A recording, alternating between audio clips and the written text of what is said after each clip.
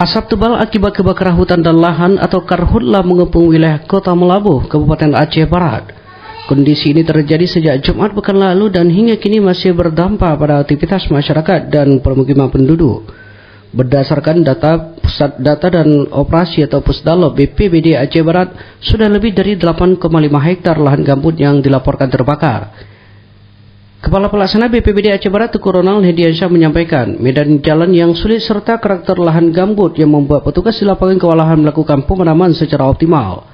Tim gabungan terus dikerahkan untuk mencegah api meluas, sekaligus untuk mengurangi dampak dari kabut asap terhadap kesehatan warga. Akibat karhutla tersebut, asap mulai menyelimuti sejumlah wilayah di Aceh Barat, meski kualitas udara dinilai belum berada pada tingkat berisiko bagi kesehatan. Asap telah memengaruhi jarak pandang pengguna jalan, khususnya pada pagi hari di ruas jalan Melabuh Banda Aceh. Jadi kami pantau semalam, karena kondisi kita sekarang Kota Melabuh itu kan di pesisir laut. Jadi pesisir laut itu memang mungkin terdampak di saat malam hari atau pagi hari karena angin dari darat ke laut. Jadi arah dari lokasi kebakaran kita ini mengarah ke kota itu di saat malam.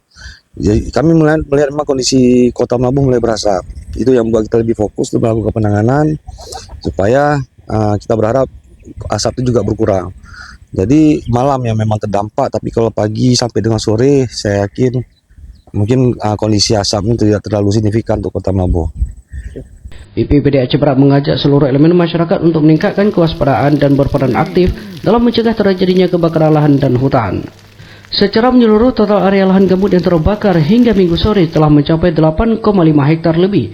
Tersebar di beberapa titik lokasi, yang pertama di Suak Raya, Kecamatan Juan Palawan, di wilayah kawasan hutan Desa Gampung Lapang dan juga kawasan Lehan Desa Senebuk, serta beberapa titik lokasi lainnya yang sudah berhasil ditangani.